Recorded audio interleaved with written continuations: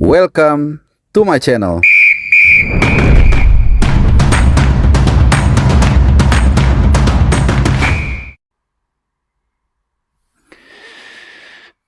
Ya teman-teman semua, dari belakang gua, dari Gelora Bung Karno, tempat yang sangat bersejarah. Dalam beberapa jam ke depan kita akan menyaksikan ya sebuah pertandingan yang sangat penting, sebuah pertandingan yang akan sangat menentukan kemana arah langkah tim nasional Indonesia di perebutan tiket menuju ke Piala Dunia. Indonesia akan menjamu Bahrain pada pukul 20.45 malam ini waktu Indonesia Barat tentunya, menghadapi Bahrain di matchday ke-8 di kualifikasi Piala Dunia round ke-3 dari grup C.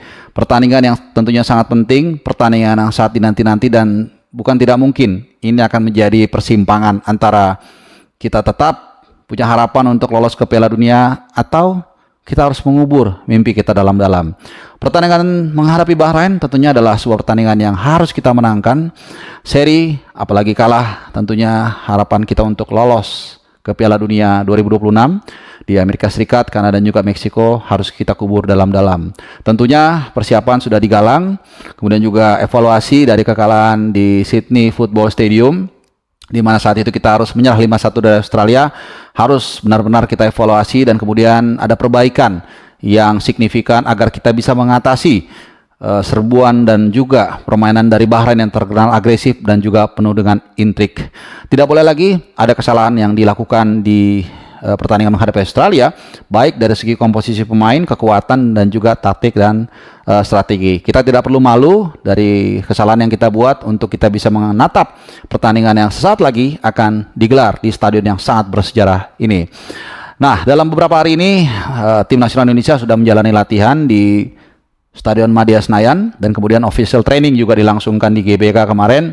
Tentunya kita sudah melihat bagaimana para pemain hampir semuanya bugar kecuali Mads Hilgers yang harus kembali ke Belanda.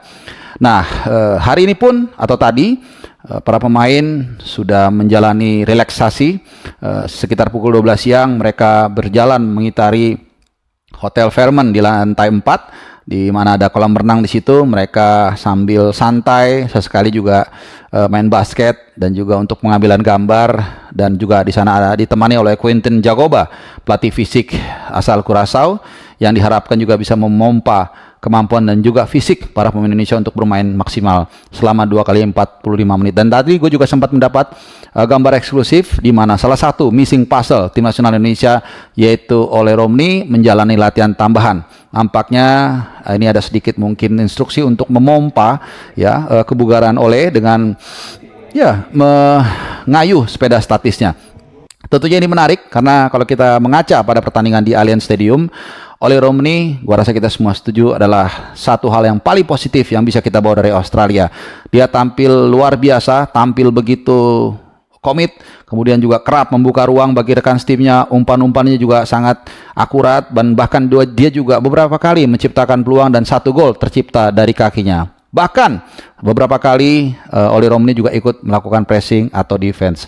Satu attitude yang kita perlukan agar kita bisa mengalahkan Bahrain. Nah, tentunya gue juga akan merap seperti apa kira-kira komposisi pemain yang mungkin akan diturunkan oleh Patrick Kluivert. Nah, langsung aja kita mulai dari bawah mistar gawang. Di bawah mistar gawang gue rasa pilihan hanya ada 2. Ada 2 portiere yang punya kemampuan dan juga tinggi badan hampir setara. Ada Martin Paes dan Emil Audero. Tapi kali ini gue punya prediksi yang diturunkan oleh Patrick Kluivert adalah Emil Audero Mulyadi. It's time for Emil untuk step up, melakukan debut dan membuktikan bahwa dia bisa memberikan kontribusi bagi Merah Putih. Betul, 5 gol yang tercipta ke gawang Martin Paes saat menghadapi Australia bukan sepenuhnya salah Paes, tapi tentunya pemain atau kiper yang baru saja kebobolan 5 gol pasti juga ada pressure. Dan tentunya Emil yang saat ini sudah nothing tulus, kalau dipasangkan atau dimainkan, mudah-mudahan kemampuan terbaiknya keluar dan juga bisa memberikan yang terbaik bagi Garuda.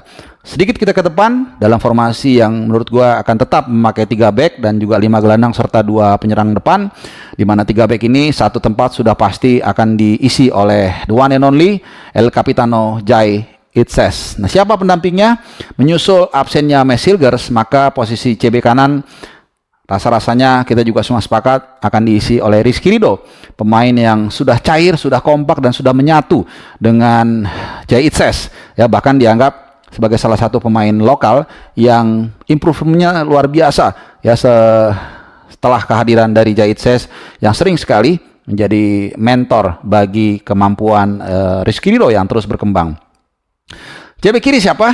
JB kiri menurut gua kalau di laga sebelumnya kita dihuni oleh Calvin Verdong, mungkin saat ini adalah momen yang tepat untuk El Preman, ya, Justin Abner yang juga sempat gue interview saat di Sydney, pemain yang punya mentalitas luar biasa dan punya komitmen yang tidak usah diragukan lagi, dan tentunya kita berharap dia jangan menendang pemain Bahrain yang bisa saja digunakan untuk mereka mencari-cari kesalahan dan juga mengulur-ulur waktu.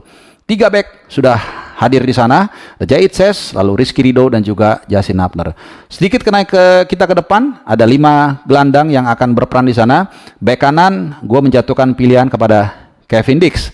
Walaupun ada Sandy Walsh di sana, walaupun Pak Sumarji pun beberapa hari lalu sudah mengatakan dia fit to play, tapi rasa-rasanya ada Kevin Dix yang di sana punya pengalaman yang sangat bisa diandalkan, dan juga di kiri ada pemain yang juga sama. Tidak usah diragukan lagi, yaitu Calvin Verdong. Calvin Verdong sangat konsisten, bahkan dia juga kerap bermain sebagai CB kiri ketika menghadapi Australia, dan agresivitasnya dan juga transisi bertahannya ketika mendapat tekanan tentunya kita harapkan bisa menjaga keseimbangan di sisi kiri. Nah, tengah ini akan sangat cair, tapi kali ini gue berpendapat ada baiknya kita mengokohkan ini di tengah dengan menampilkan 2 bodyguard dengan kombinasi yang agak sedikit berbeda, di mana Joey Pelupessy, I think it's time for him to step up, menjalani debutnya setelah dinaturalisasi dengan berperan sebagai DM, bukan defensive midfielder melainkan destroyer midfielder, dan berduet dengan Ivar Jenner.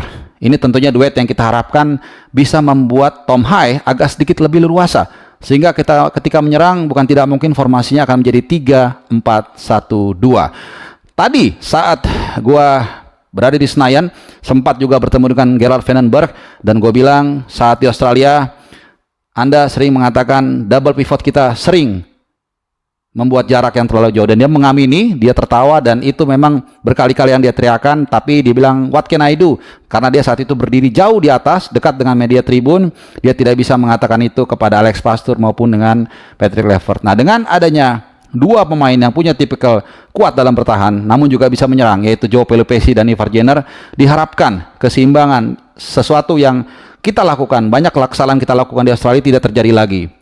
Sehingga tadi yang gue katakan, Tom High boleh sekali-sekali dia ikut bertahan, tapi simpan tenaganya untuk bisa mengalirkan kipas ke depan, karena kita tahu Tom High memang nampaknya, suka atau tidak suka, secara endurance dia sulit untuk bermain secara stabil, secara daya tahan begitu ya selama 90 menit. Di Almer City pun musim ini dia hanya main 5 atau 6 kali bermain secara full, tapi tentunya dia bermain 80 menit pun akan sangat berarti buat tim nasional kita. Nah, kita tentunya ke depan siapa 2 pemain yang akan berperan sebagai juru gedor, walaupun ini akan menjadi formasi 3-5-2 false 9, pilihan itu bukan tidak mungkin jatuh kepada satu tempat, yaitu Ole Romney. Ole Romney adalah hal positif yang bisa kita bawa dari Sydney. Penampilannya seperti yang gue ungkapkan tadi sangat perfect, dan mudah-mudahan ketajamannya bisa membongkar pertahanan dari Bahrain yang kita tahu juga cukup solid. Siapa partner yang akan menemani? Tentunya seorang worker, yaitu Ragnar Oratmangun. Welcome home Ragnar Oratmangun, setelah dia terakhir kali tampil saat menghadapi Arab Saudi dan harus absen karena mengakumulasi 2 kartu kuning, dan inilah saat yang tepat untuk menyambut Wah Haji. Kita harapkan Ragnar bisa memberikan kontribusinya berupa daya jelajah yang sangat luar biasa, dan juga bisa membantu suplai bola bagi Ole Romney. Nah, itulah prediksi dan juga proyeksi dari kekuatan ataupun formasi yang mungkin diterapkan oleh Patrick Levert. Tentunya kalau menurut gua tidak perlu kita terlalu gegabah. Kita tahu kita bermain home, kita tahu kita perlu kemenangan, tapi tentunya kalau kita sampai terlalu nafsu dan malah kita kebobolan dan malah kalah, ini tentunya menjadi bencana. Tapi kalau kita main firm, main safety, ya paling tidak kebobolan dan bisa mencuri gol, maka ini akan lebih masuk akal. Nah, kalian tentunya punya preferensi dan punya prediksi yang berbeda. Silakan tinggalkan komen kalian di kolom komentar. Apa itu kalian nggak setuju, misalnya dengan double pivot, dengan mengganti salah satu DM-nya dengan Lino, atau kalian setuju 100% atau seperti apa? Tinggalkan pendapat kalian, opini kalian. Tentunya kita menarik untuk diskusi, dan yang pasti kita sama-sama mendukung dan juga berdoa supaya di stadion bersejarah ini kita bisa kembali mencetak sejarah dengan menang dan menghidupkan peluang kita untuk bisa lolos ke Piala Dunia 2026. Terima kasih sudah menyimak dan selamat menyaksikan. Adios.